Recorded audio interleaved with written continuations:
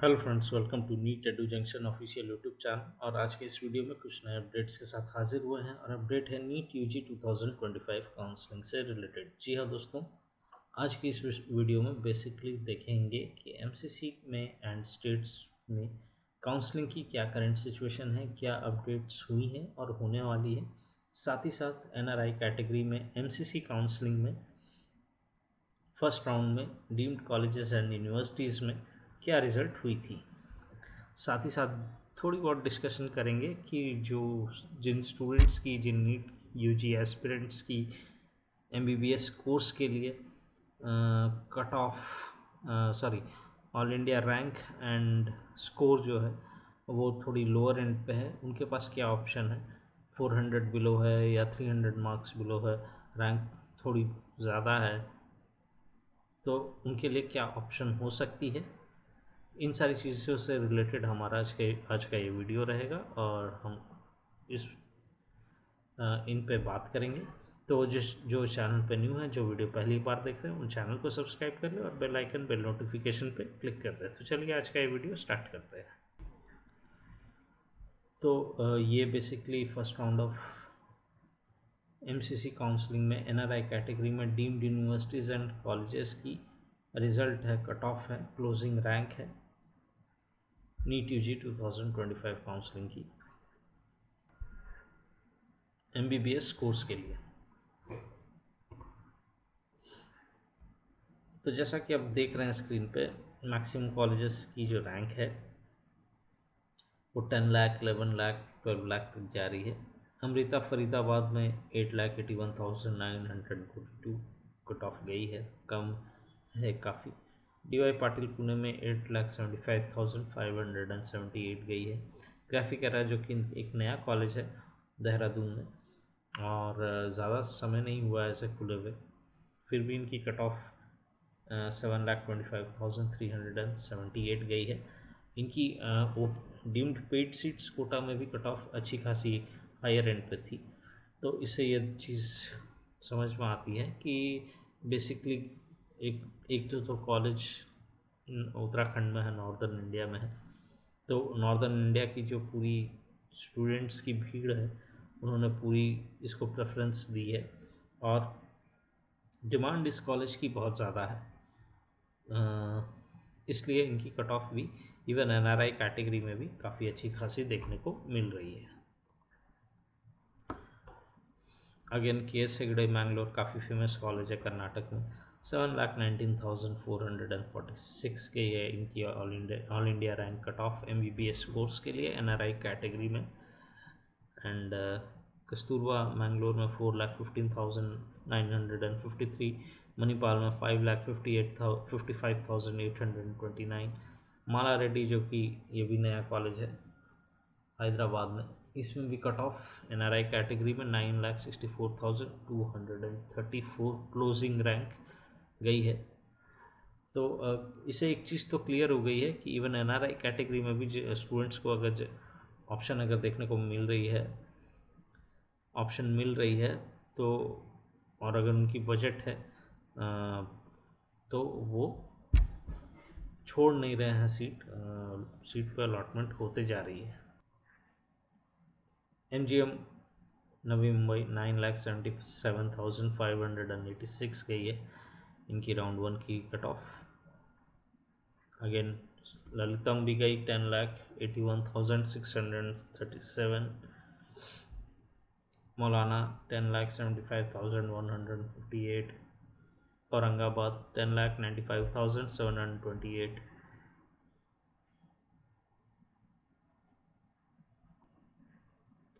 Siddhartha T बेगूर जो कि एक काफ़ी नया कॉलेज है कंपेयर टू सिद्धार्था टुमकुर, उसकी कट ऑफ 5,11,218 गई है, क्लोजिंग रैंक एनआरआई कैटेगरी में। एंड सिद्धार्था टुमकुर की 12,36,3,614 गई है। तो ये काफ़ी चौंकाने वाली यूनिक पॉइंट है कि जो न्यू कॉलेज है उसमें कट ऑफ हाई गई है एनआरआई कैटेगरी में, और जो काफ़ी पुरानी कॉलेज है श्री सिद्धार्था मेडिकल कॉलेज टुमकुर, काफ़ी पुरानी है, और उसमें 12,03,614 जा रही है all India rank cut off.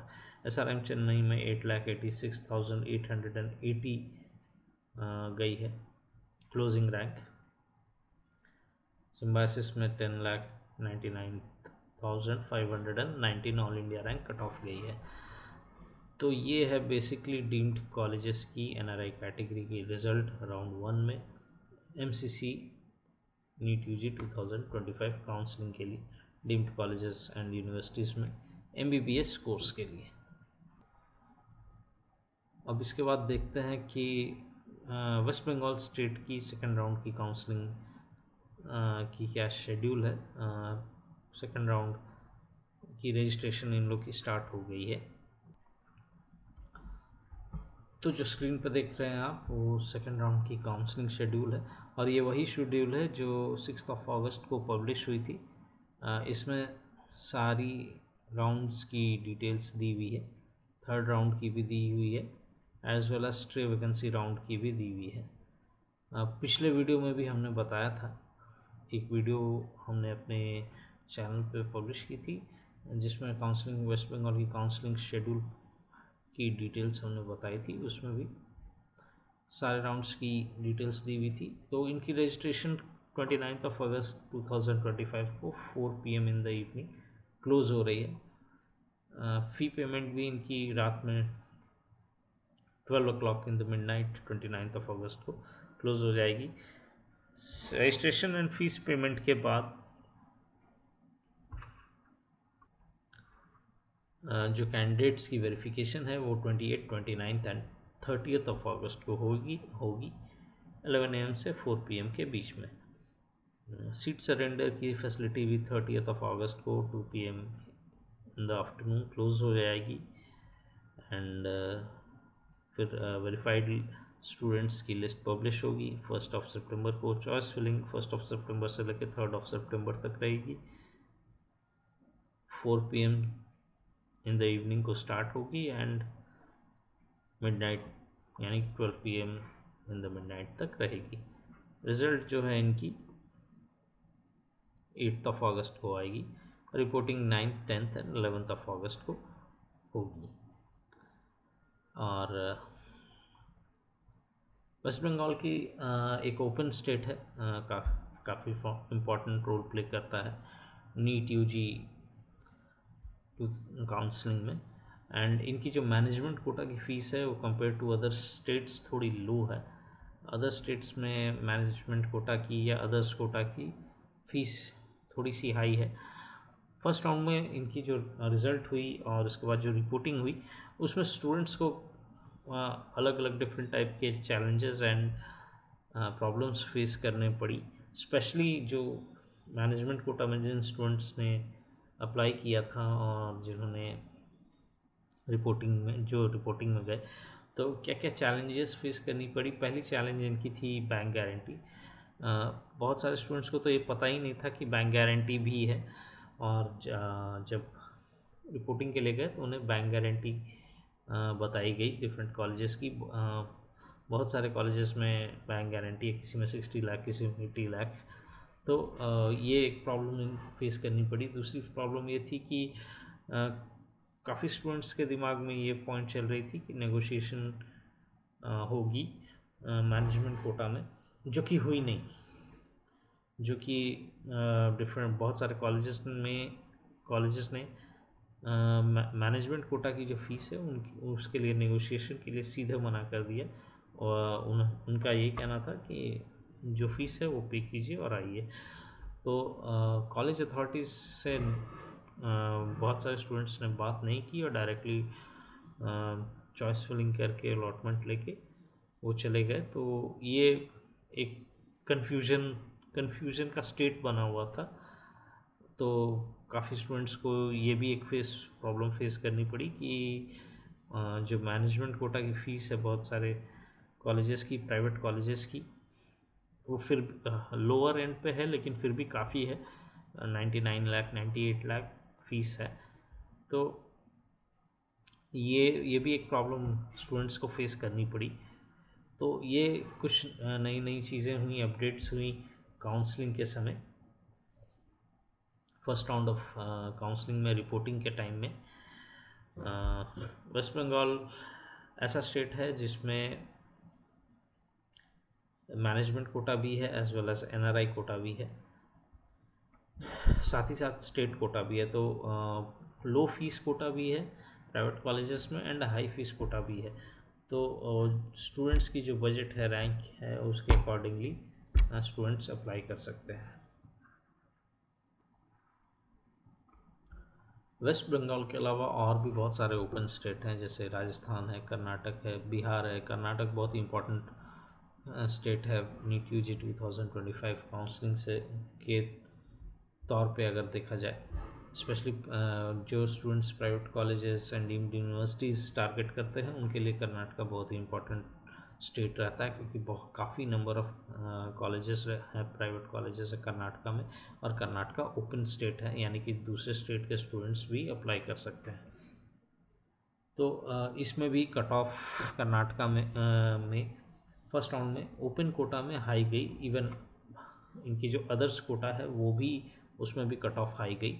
NRI category में उतनी हाई नहीं गई। साथ ही साथ एनआरआई कैटेगरी में रिपोर्टिंग भी बहुत कम हुई compare to management others quota and open quota. इन कोटा में रिपोर्टिंग भी फर्स्ट राउंड में अच्छी खासी देखने को मिली। सीट मैट्रिक्स में रिपोर्टिंग होने के बाद जो सीट्स बच के आई उससे क्लियर कट ये दिख गया। और इनकी कर्नाटका स्टेट की सेकंड राउंड की चॉइस फिलिंग हो चुकी है और 29 अगस्त को इनकी सेकंड राउंड की रिज़ल्ट आ रही है।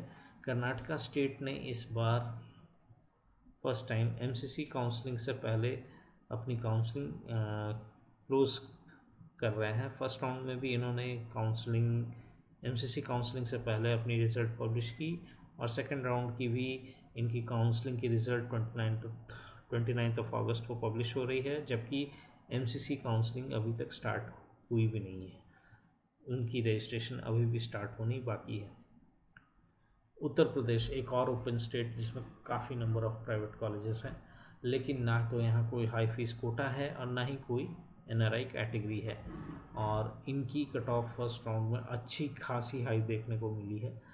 और दूसरी बात यह है कि सेकंड राउंड में भी कट ऑफ बहुत ज़्यादा लो नहीं देखने को मिलेगी उत्तर प्रदेश स्टेट में।